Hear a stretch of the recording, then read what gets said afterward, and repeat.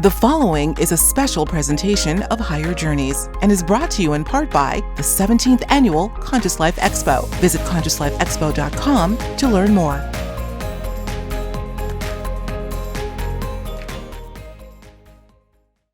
Well, I am delighted to bring you what I am sure will be yet another exciting and thought-provoking discussion with one of the featured speakers at the upcoming Conscious Life Expo. Coming right up, February 22nd in Los Angeles. This is one of my favorite UFO researchers, by the way, who also happens to be a friend and an esteemed colleague, and that is Mr. Grant Cameron. Hey, Grant, welcome back to Higher Journeys. How are you, man? Well, thanks, Alexis. A pleasure to be on and honored to speak to you again. Oh, always an honor to speak with you and to hang out with you, and I'm looking forward to doing that in Los Angeles. But listen, I have to say, I swear you must be bilocating or teleporting or something, because it seems that these days you are absolutely everywhere. What is going on now that's got you hopping around so much? Well, I've got the disclosure story, which I always call the rat hole story, that I've tried so many times to get out of it, but I keep getting dragged back in because I've been involved with this story since the early 1980s, and I've been involved with all these sort of government drops of documents and people inside the government leaking material. So I've got that going, and I've got some new material. People are feeding me material. There's all sorts of new disclosures coming up, people talking. Even this morning, I had another big thing about where this whole thing is supposed to be headed, and I'm going to do an interview. But there's that. But my main thing since 2012 has always been the consciousness thing. Yes. And I was asked to do an article for the Free second book, for Free Foundation, and on contact modalities. And I had gotten into this myself, knowing that there are various ways to sort of get into the field, to get information. And I believe that the material you're going to get out of the field is going to be more accurate than the conscious mind, that if you can shut the conscious mind down. And so I started on this article for them, and I suddenly came up with 75 contact modalities. I realized there are all sorts of different ways that people have used to get into the field, to shut down the conscious ego, left brain, whatever you want to call it. So that's really sort of kept me busy. And maybe in another month, you and I can talk about an experiment that Yes. it came to me that may actually change the world. I mean, I was talking to people. I said, this is Nobel Prize stuff. If this actually works, and it will sort of verify the fact that the world is not the nuts and bolts place people think it is. Absolutely. It is much more controlled by consciousness. And you and I have been down this road. But the thing is to give something on paper to the scientific community who wants some sort of verification of this, that it's all nonsense until you can prove it. And what I'm proposing to do will be duplicatable. It'll be on paper, and anybody can go and do the same experiment and have the same result.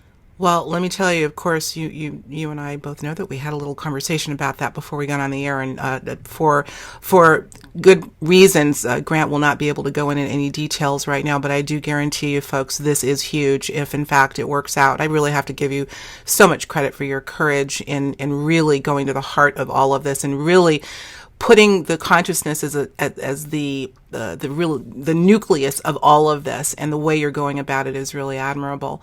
But, this is going to be about consciousness, our conversation. And I would imagine that for the foreseeable future, it will be, because it's still such a difficult thing to parse, and yet it's so in our face. And, in fact, it was in our last on-camera interview at Contact in the Desert last year. I'll never forget where you said, I'm going to quote you, quote, "If we understand the consciousness aspect of this phenomenon, and this is not just about ETs or UFOs, but how this reality really works, you will realize that we are in the Super Bowl of all stories." And if you thought that the Super Bowl that we just had not so long ago, where the Patriots won, yes, I'm in New England. If you thought that was exciting, you ain't seen nothing yet. Yeah, I agree. And you and I were discussing before that you were going down the same road, and it's is this synchronicity? And it's are we tapping into the field together? Same thing that it's understandable. This is not some crazy theory that when you do the research you're doing or the research I'm doing, you go oh, that makes sense. Mm-hmm. But here's what I want to ask you, in keeping with the Super Bowl theme. Of course, that was a bit, play on words, of course, but still apropos. Is this a game? This game certainly hasn't been decided yet. If it is this some sort of a sport, do you think, for some faction in all of this? Most importantly, there are two questions I want to ask. Is this at some level a game? And if it is, who's going to win here, you think? Oh, I think we win. I mean, to me, it's always personally been a game because, as I described, I had a bunch of sightings in 1975, and nobody would publish the book I had. Nobody was interested in what I was doing, and the only thing I was interested in then is who had the answer to what I had seen. And so, to me, I was very good playing chess when I was a kid, and to me, it's always been a game. It's like this: you can figure this thing out. And I think we're actually winning. I mean, I think we're very close to the end. I think that we have the material that can prove this kind of stuff. And it is true that if you understand the consciousness aspect of this whole thing, then you realize that this is big. This is explaining reality. This is not just explaining some little craft that flies around or whatever. This explains why we came into the world and what we're supposed to be doing here and what happens when we leave. It encompasses everything, and that's what people don't realize when they talk about UFOs. They don't realize it has this very deep religious, philosophical underpinning to it. Mm-hmm. As I'm listening to you, all of us that are in this field of research of trying to understand, okay, the UFO ET phenomenon is one spoke on the wheel, but really the biggest question of all, Grant, is what is consciousness? This is, of course, what everyone's asking. What I say is, what isn't consciousness? And yet it eludes so many of us still to understand the dynamic that drives absolutely every component of reality, not just in this dimension, but perhaps in infinite dimensions, if there are such a thing. But I'm so upset that we can only do about 30 minutes today. Yeah. We will, of course, continue the conversation. But so I want to dive right into one aspect, one modality, one that you're calling a contact modality. It has to do with epileptic seizures. This is completely intriguing to me, and I know you've dropped a little bit of information on something that you're working on in terms of perhaps connecting some cases of epilepsy, not only with the contact phenomenon, but with out-of-body experiences. Can you talk about that a little bit? Well, the epileptic seizure goes to the whole idea that a lot of contact modalities have to do with trauma and with brain injury. So you have some of the big psychics of the past had head injuries. You get, if you've followed Diane Hennessy Powell's research with nonverbal autistics, so that'll all be left brain damage, where these kids are telepathic, where she has this one girl who hit 162 numbers telepathically correct. So it's in that sort of field where you see brain injury, especially in the left frontal lobe, where epilepsy, a lot of this comes from, that it has its bad side in terms of the epileptic seizures, but these people start to report huge amounts of out-of-body experience, telepathy, precognition, and stuff like that. And then you go back and you say, oh, it's the same thing. It's this same sort of fact that it's the brain is a sender-receiver, and that when it's almost like hitting the radio, or in the old days when the signal wasn't coming in right, you hit the radio and it sort of gets the signal back on. It's that kind of thing, that it's a very sensitive sender receiver, and that when you have an injury inside the brain, at some point it actually ends up breaking the filter, because what's happening is you have the brain and you have a filter that's created by the conscious mind, and there are these various injuries and traumas that will rip the filter, almost like psychedelics. The idea that psychedelics will rip the filter open and you'll pop into the other field or whatever it is. And so it's the same sort of thing. It's the fact that there are various ways to get there, and I have like 75 of them. But epilepsy falls into that category of brain injuries, and you go into the savants. All these savants, where are they getting this thing? It's all these brain injury, and they have this ability to say, in the next 40,000 years, how many years will Easter fall on April the 3rd? And the guy will just rattle them off one after another. I mean, that's coming out of the field. There's no way that person is calculating, and we even have proof that they're not calculating. So that's the whole thing. And epilepsy was one of the latest ones that I got, because I was sort of looking at this brain injury thing and then suddenly it started popping up with this epilepsy thing of a lot of people that have this condition who are reporting paranormal experiences. That's fascinating. It makes me think of something that I have looked into. Now, this is not necessarily associated with trauma, but still something having to do with a rewiring or an absence of, well, I won't even say an absence. I'll just say a rewiring of the senses. This is the connection perhaps between synesthetes, people that have synesthesia, and contact experiences. Is that one of the areas that you're looking into as part of the 75? And I've worked with Maureen Seberg on this quite a bit. And she's actually working now with Sean Harabantz. If you remember, he was doing research. They had him in the Laurentian University in Canada, and she's doing an article on him for Psychology Today. And here you have a guy who's has synesthesia, and it was reported the top 3 remote viewers in the program had synesthesia, and you start seeing this association. And Harabantz has this unbelievable ability to read people and read photographs, and he holds the photographs. He's better when he holds the photographs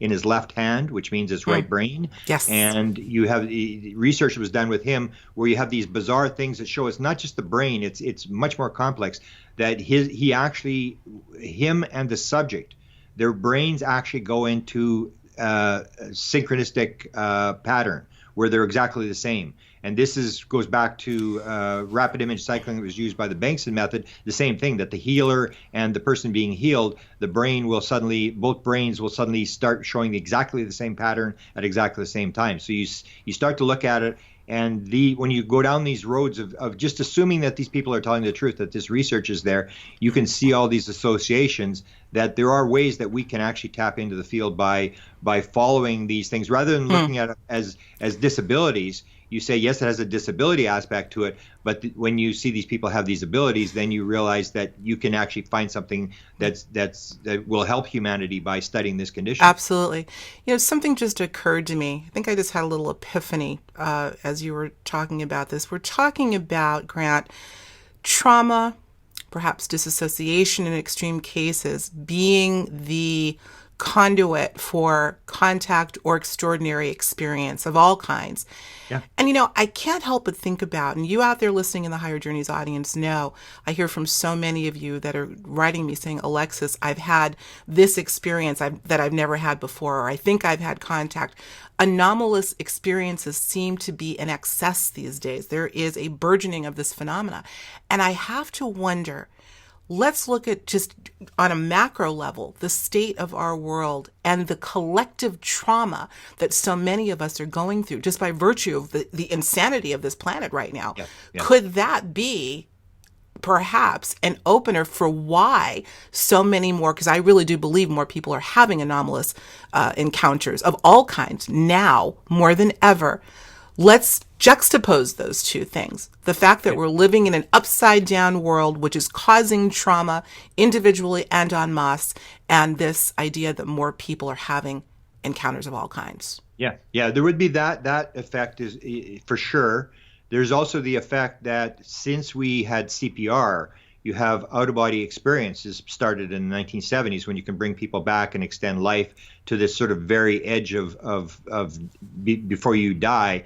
And you see this, and a lot of people will report their experience started with an out-of-body experience. Like 37% of all experiencers report near-death experience. And That's right. A lot of them will say that's when it started. Chris Bledsoe, for example, he had 2 near-death experiences, and in both the beings appeared, and this was tied in.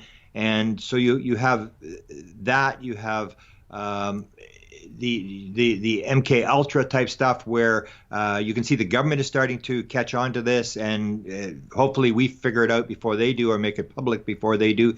But there's a lot of things. I even go to the thing where you start looking at different elements of the UFO abduction experience, where people 39% of all people on board the ship will say they were shown the screen. And I always say, well, why do you think they showed them the screen? Oh, I think they were testing my emotions.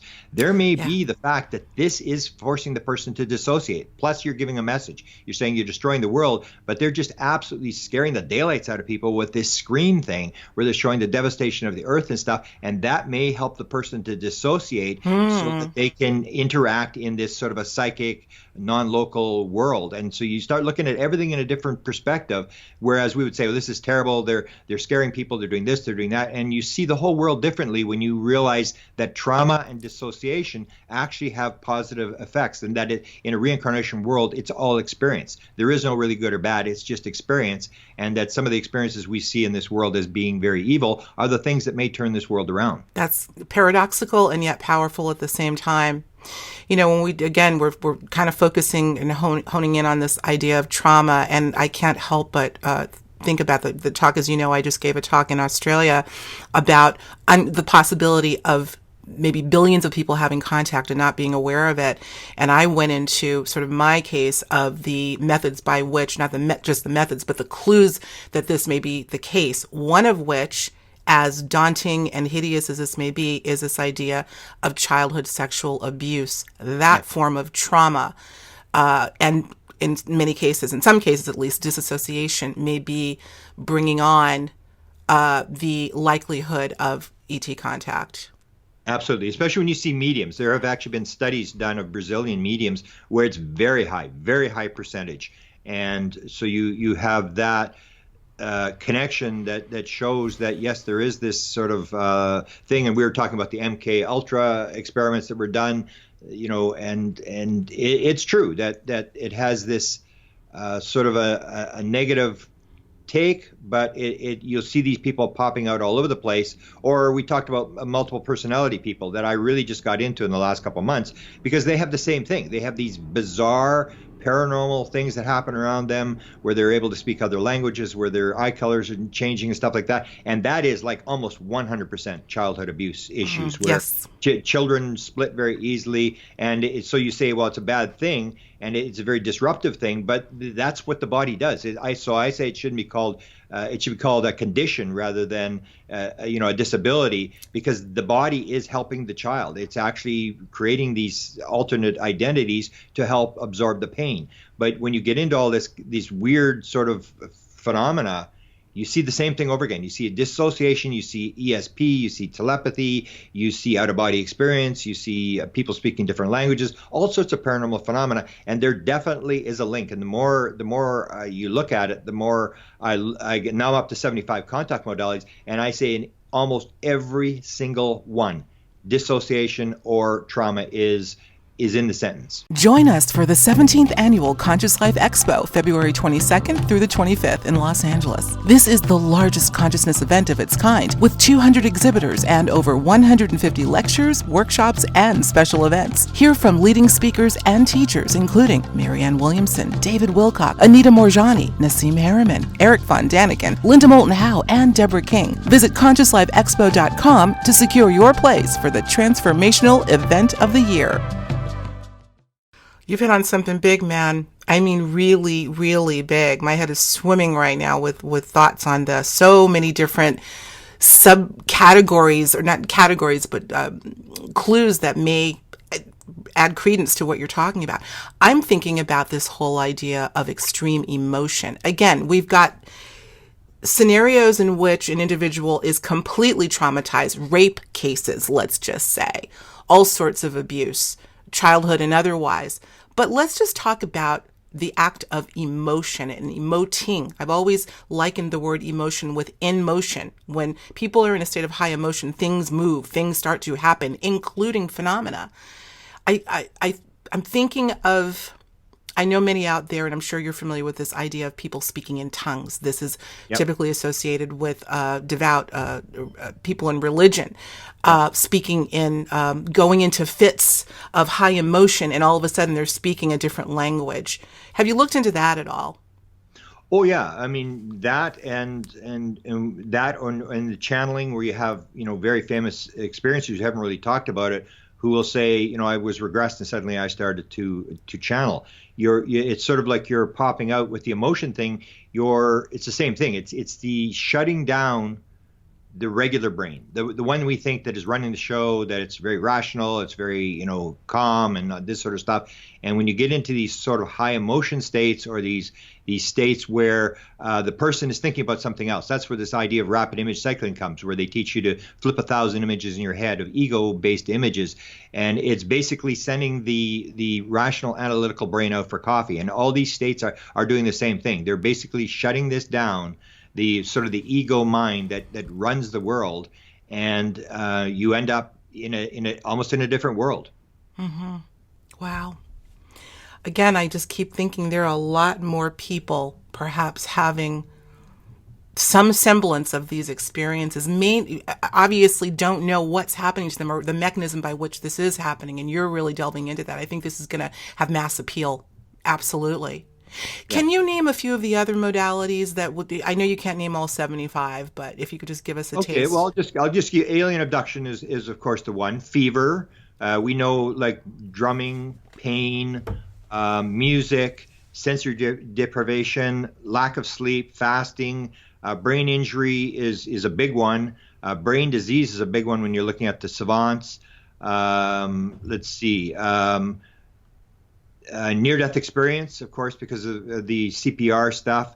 Out-of-body experiences. Terminal lucidity is a big one. Mm-hmm. So we've been able to drag people, and then you suddenly get these people with Alzheimer's who suddenly pop, and they're as lucid as can be. Around death, there's a lot. Mm-hmm. That things have happened that around death. I mean, my father had his father come to him 2 days before he died. You have people having the near-death experience. You have people who are predicting their death. You have all these very bizarre things: clock stopping, shamanism, face-to-face encounters is one of the contact modalities where they're actually doing it. Or, like, for example, where they're leaving crop circles. So I say the metals. This big thing on the metals now, where people are looking at this metal. I say it's almost like a message. It's like a crop circle. All it's going to teach you is that something's weird. We're not alone. Something's going on. It really doesn't give you the answer to anything. And you go back into the old days. You have hypnotic regression, or meditation, or seances. Aerial religions, visions. Even sightings are a method of contact modality. Yes. That's contacting us, because you don't need lights on ships. So they do that. You have the crop circles, the metals, the infrared, where at Skinwalker Ranch, they were using infrared, and they started to pick up these portals. So if we can move yourself out of this little limited field of vision that we have and move into the other spectrums, a lot of this is happening in different spectrums. Mm-hmm. And then you have the people used radio in the 1950s to talk to aliens numerous times. The famous Colin Andrews at the beginning of the crop circles, where the TVs are taken over for 6 minutes in Great Britain, where this message from the aliens comes across. And then I have the tools. We have headbands that link into this. Schumann's resonance. This is a big thing that was discovered in Laurentian University. Yes. Is that when a psychic is hitting, Ingo Swann, they had him in the lab. When Ingo Swann was hitting his targets, his brain was hitting Schumann's resonance, 7.81.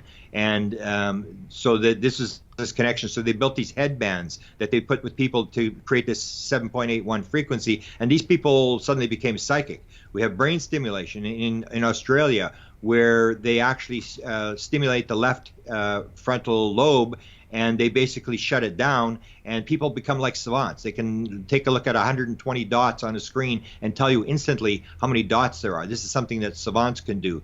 And some of the other tools are Ouija boards that people use. And there's actually a bizarre story that I'll tell at Consciousness Live Expo about a producer from Toronto, and they had sort of a Ouija board that was in contact with, it's sort of built for aliens. And she had this unbelievably bizarre experience. Spirit boxes people use. Mm-hmm. And then you get into magic, sigils, people using sigils as a method, dowsing.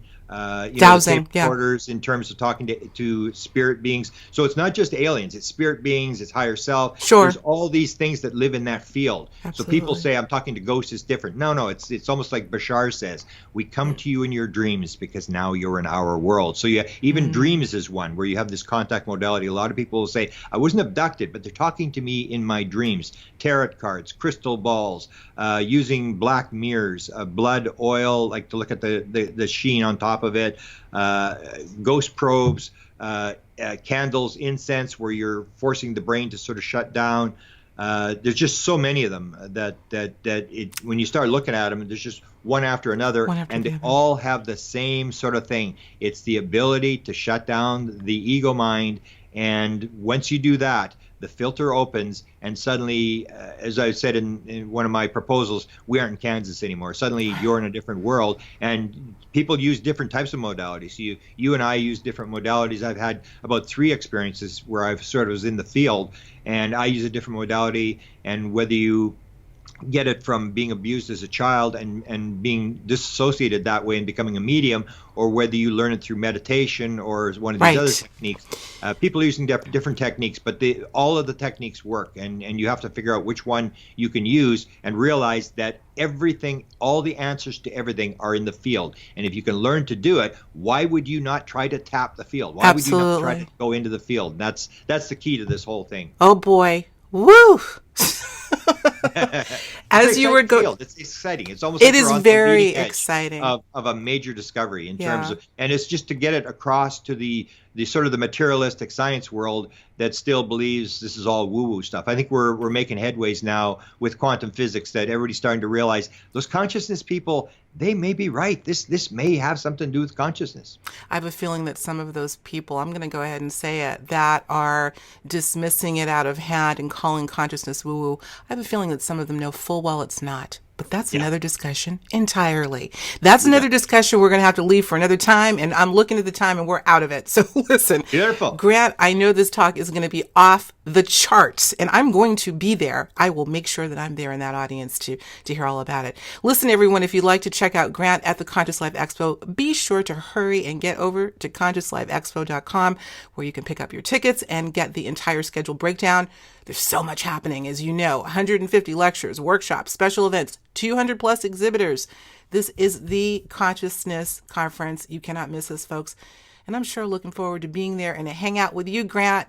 So until then, thank you, my friend, for joining me today. You are necessary. Thank you. I was honored.